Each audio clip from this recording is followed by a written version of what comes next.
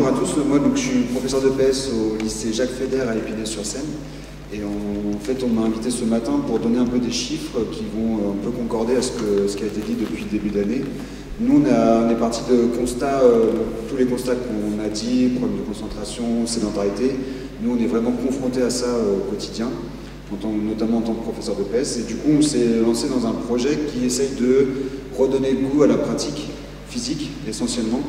Et les constats qu'on a fait, donc juste chiffrés, les constats, les autres qu'on a fait, on en parlera plus en détail cet après-midi. En 2023-2024, donc l'année dernière, on a pris le temps d'écran sur 3 classes. La première semaine de septembre, donc juste après l'été, la première classe était à 8h03 de moyenne. Donc ça, c'est la moyenne quotidienne donc sur la semaine. On passe 8h03 en moyenne devant un écran. Donc là, nous, c'est juste le téléphone portable. Quel âge? C'est des secondes, 14-15 ans. Au fur et à mesure de l'année, il y a une baisse en fait, donc on constate que le fait de... C'est par jour. Donc 8h03 par jour devant un téléphone portable, donc sans parler de ce qu'ils peuvent avoir à la maison, donc ordinateur, télé, etc. La classe que nous on a suivie et dans laquelle on fait le projet, la première semaine était à 7h22. Et à l'issue du premier trimestre, donc 2 mois plus tard, elle est passée à 5h58. Deuxième trimestre, 4h58. Et dernier trimestre, donc il y a eu beaucoup de ponts, etc. Donc ça a un peu augmenté à 5h11. On constate du coup une baisse quand même assez importante de 2 heures. Et en fait, ça c'est juste en prenant les données chiffrées et en les faisant revenir au lycée donc, sur un dispositif où on essaye de remettre un peu la pratique physique au cœur de ce dispositif. Cette année-là, donc, on prend un peu plus de classes juste sur les constats chiffrés. La première classe, donc, c'est 4h15. Hors week-end. En fait, notre collègue qui prend les données la prend le jeudi midi. Donc en fait, ça fausse un peu la moyenne forcément hebdomadaire. Donc on est à 4h15 hors week-end. Et notre classe à nous, la première semaine de septembre, était à 8h24. Là, actuellement, elle est passée à 4h56. Et ça, on n'a toujours pas mis en place le dispositif. En fait, le premier constat qu'on peut dire, c'est que même en prenant en compte les chiffres des élèves, en leur donnant en fait vraiment la vérité, parce qu'ils ne savent pas du tout à combien ils sont en moyenne, ils ont d'eux-mêmes baissé. Donc ça, c'est quand même intéressant. Après, ils savent aussi qu'à partir d'octobre, on commence ce dispositif et du coup, ils sont amenés à revenir au lycée en plus de leur emploi du temps. Donc 8h24, c'est la première moyenne en septembre, et là, ils sont à 4h56, ce qui fait une moyenne trimestrielle de 6h27. Donc ça, c'est encore par jour. On se rend compte également qu'il y a quand même des élèves qui délaissent leur téléphone portable, donc forcément la moyenne baisse, mais ils utilisent leur ordinateur pour aller sur Instagram ou TikTok. Donc au final, ils compensent ailleurs.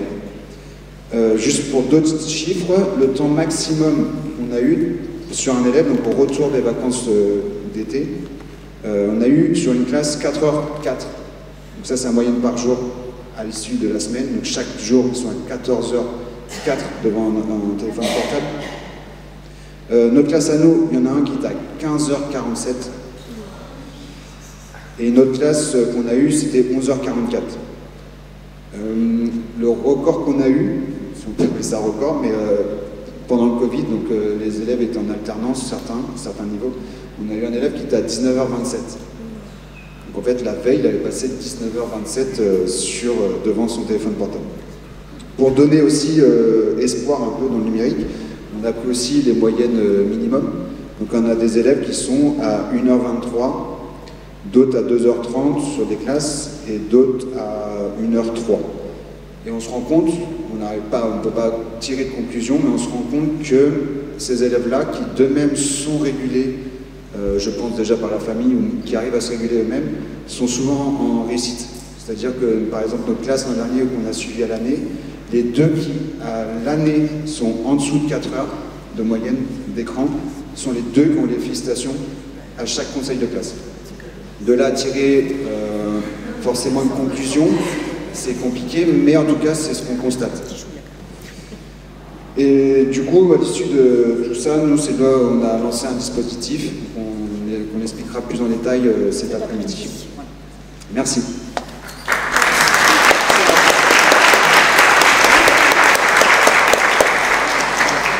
Je suis Clémence Savava, je suis professeure d'histoire géo dans un collège sensible du sud de Paris, François Villon, pour ceux qui connaissent.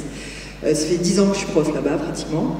Et en fait, ce qui m'a le plus marqué avec les écrans, c'est que en fait, nos enfants sont juste dans de la violence, de la pure violence, non-stop. Pour vous dire, en fait, alors je suis élue au conseil d'administration, je fais aussi des conseils de discipline, et la pire histoire qu'on a eue, c'était une petite élève de 6e qui s'était filmée dans des positions, mais je ne vous décris pas, pornographiques, mais vraiment pornographiques. Et ses copines avaient mis les images d'elle sur le WhatsApp de la classe. Donc autant vous dire que des 6e, tous les élèves traumatisés, et les parents dans un état pas possible. Enfin, nous-mêmes, au conseil, c'est le premier conseil de discipline, on a pleuré, vraiment. On était vraiment tellement chamboulés. Cette élève, évidemment, est suivie, mais bon, elle a changé de collège, elle essaie de se reconstruire. Mais vous voyez, c'est extrêmement violent. On a des élèves qui, sur les réseaux sociaux, en fait, se donnent des rendez-vous pour aller détruire quelqu'un. C'est-à-dire que le but, c'est de le rouer de coups à la sortie du collège.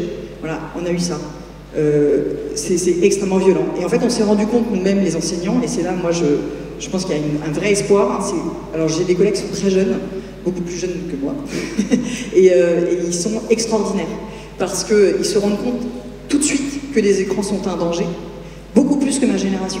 Ils sont beaucoup plus actifs aussi dans le fait qu'il faut retirer les écrans. Et donc, par exemple, on a des collègues de PS qui ont inventé le séjour vélo. Donc, tous les 4e sont obligés de partir en séjour vélo pendant 48 heures, et le téléphone est interdit. Voilà, il doit rester au collège, il est interdit d'avoir son téléphone. Et en fait, les enfants jouent le jeu, et ils sont hyper contents quand ils reviennent, et ils se rendent compte en fait que ces 48 heures sans téléphone, ça les libère. Ils sont pleins de liberté.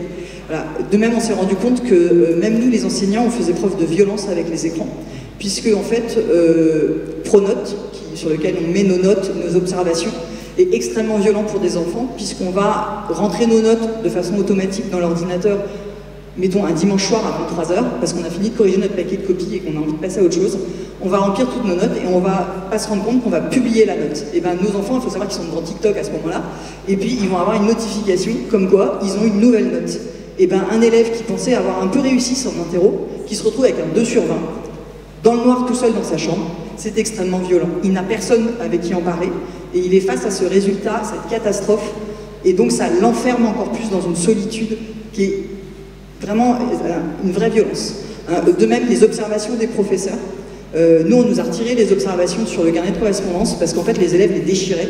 On a même un élève qui allait le déposer dans une poubelle à Montmartre en pensant qu'on ne retrouverait pas son carnet de correspondance alors qu'il y a son adresse dessus. Enfin, nos élèves sont extraordinaires, ils ont toujours des idées extraordinaires, mais bon, on s'amuse bien quand même. Et donc, on nous a retiré les appréciations négatives à mettre sur papier, ce qui fait qu'en fait, on les rentre directement sur Pronote. Et là, c'est pareil, c'est-à-dire qu'on a mis l'observation à 10h du matin, et en fait, les parents l'ont reçu dans la journée, et quand ils rentrent, parfois, ils ne préviennent pas. C'est là où il y a une violence, c'est que parfois, les collègues oublient de prévenir l'élève qu'il a mis une observation négative sur son carnet de notes électronique. Et donc, quand il rentre à la maison, l'enfant, en fait, se fait recevoir par ses parents, et il ne sait même pas pourquoi. Voilà. Donc, bah oui, il n'est pas au courant puisque le prof a oublié de dire qu'en fait, il l'avait vu en train de tricher ou qu'il lui avait demandé 4 fois de se taire alors qu'il bavardait, et il va écrire bavardage incessant, attitude inadmissible. Et en fait, voilà, le parent reçoit l'enfant en disant encore qu'est-ce que tu as encore fait à l'école. Bah, le gamin, il faut qu'il retrouve, parce qu'entre-temps, il en a fait pas mal aussi dans les couloirs. Donc, vous voyez, c'est extrêmement violent tout ça. Donc là, moi, mes collègues, on a pris conscience de ça. Et c'est là aussi après que j'ai rejoint tout de suite Agnès dans ce collectif, parce que c'est eux qui m'ont dit mais il faut qu'on arrête ça. Voilà, il faut qu'on arrête ce type de violence, parce que c'est nous les responsables, c'est nous les adultes, ça je vais le dire, c'est nous les adultes, c'est à nous de dire stop. Voilà, il ne faut pas qu'on ait peur de se confronter à nos enfants. Et moi je suis un peu un prof dragon dans ma classe, et les enfants ils aiment bien venir, parce qu'ils sont en sécurité. Et ça c'est très important. Voilà, merci.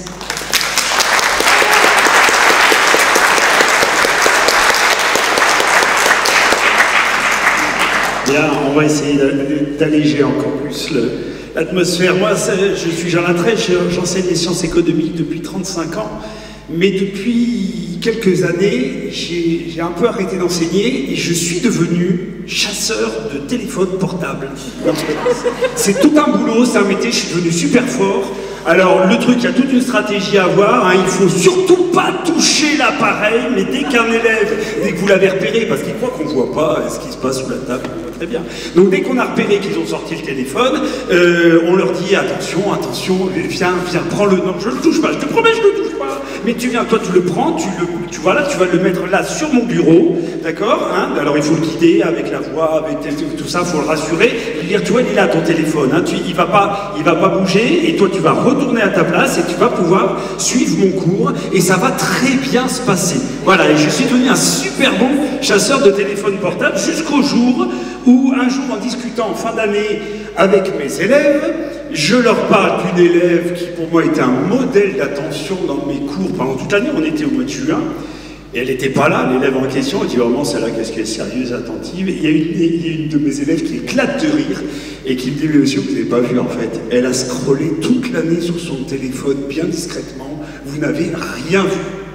Alors là, le chasseur de téléphone portable, on a plein son amour-propre, et à la rentrée, c'était en septembre, pas celui-là, mais celui d'avant, j'ai dit, ok, c'est terminé, maintenant, tous les élèves vont déposer leur téléphone.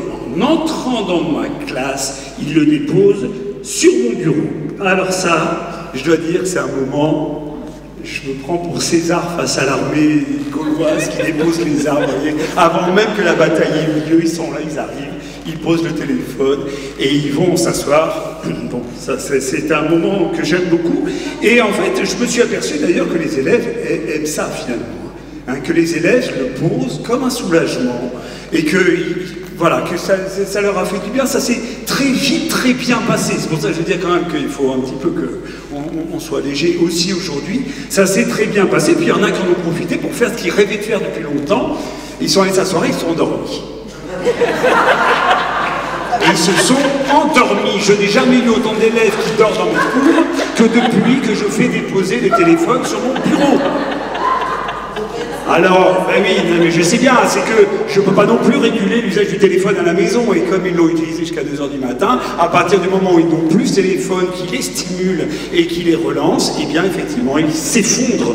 Non mais vraiment, ils s'effondrent de sommeil, donc je laisse 10 minutes, un quart d'heure de sieste réparatrice, après je dis maintenant il faut se réveiller, il y a un cours qui se passe quand même.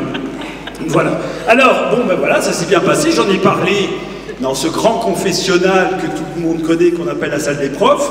Hein, je suis allé me répandre en disant « Ouais, j'ai fait un truc super », ma collègue Sandrine qui était là, et puis j'en ai parlé à tout le monde, et j'ai dit « Ouais, c'est génial, ça marche, les gars et les filles, allez-y, on peut leur prendre leur téléphone, parce qu'il n'y a aucune directive, il n'y a aucun... c'est au bulletin officiel de l'éducation nationale, il y a plein de trucs, hein, ici sont publiés, mais il n'y a rien sur cette question-là, c'est un peu con. Alors j'en ai parlé à mes collègues, et puis des collègues m'ont dit « Ouais... » Alors certains m'ont dit qu'ils le faisaient déjà, sans le dire, sans en faire la pub.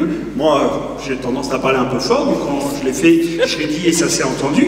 Et j'ai des collègues qui m'ont dit « Ouais, moi j'aimerais bien, mais j'ai peur, tu comprends, par rapport à la responsabilité, si jamais il tombe, il se casse, il est volé, tout ça, qu'est-ce qu'on fait ?» Et alors à ce moment-là, il faut bien le dire, mon témoignage là va devenir intéressant. J'enseigne dans une cité où on a 1800 élèves, 60 classes de sections et de niveaux différents, et pour que ça bouge, il a fallu que notre proviseur nous donne un sacré coup de main.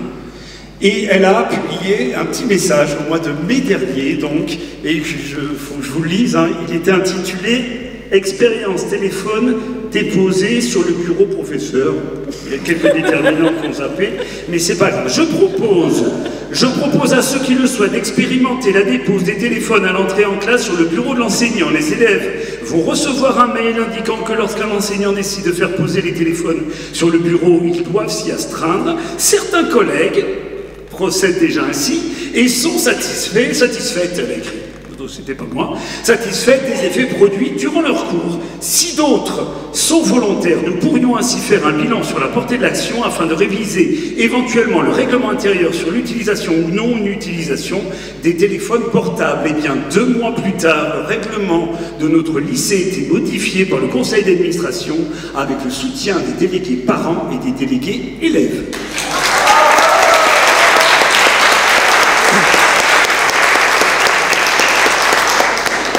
Depuis la rentrée, Depuis la rentrée, celle-ci, de septembre, c'est la norme dans notre cité scolaire. Plus besoin de chasse au téléphone, nous les avons tous sur notre bureau. Ça dort encore un peu dans la classe parce qu'on n'a pas la maîtrise donc, de ce qui se passe à la maison, mais on a franchi un cap important, je pense. En salle des profs, les cartons vides de ramettes de papier à côté des photocopieuses ont été dévalisés, on en retrouve dans chaque salle de cours. Les profs s'en servent pour collecter les portables, ils passent dans les rangs, voilà. Et ça, c'est une leçon assez instructive, c'est que de savoir que cette décision qu'on a prise et la façon dont on l'applique ne coûte absolument rien, c'est totalement low-tech, budget zéro, budget carbone zéro, ça ne coûte rien de faire déposer les téléphones par les élèves, le bilan carbone est idéal, et du coup les collègues passent dans les rangées pour collecter les portables, et ça signe la mise au travail du groupe. Voilà, quant à moi, je ne me prends plus du tout pour un chasseur d'élite que je n'ai jamais été, je suis redevenu un simple enseignant.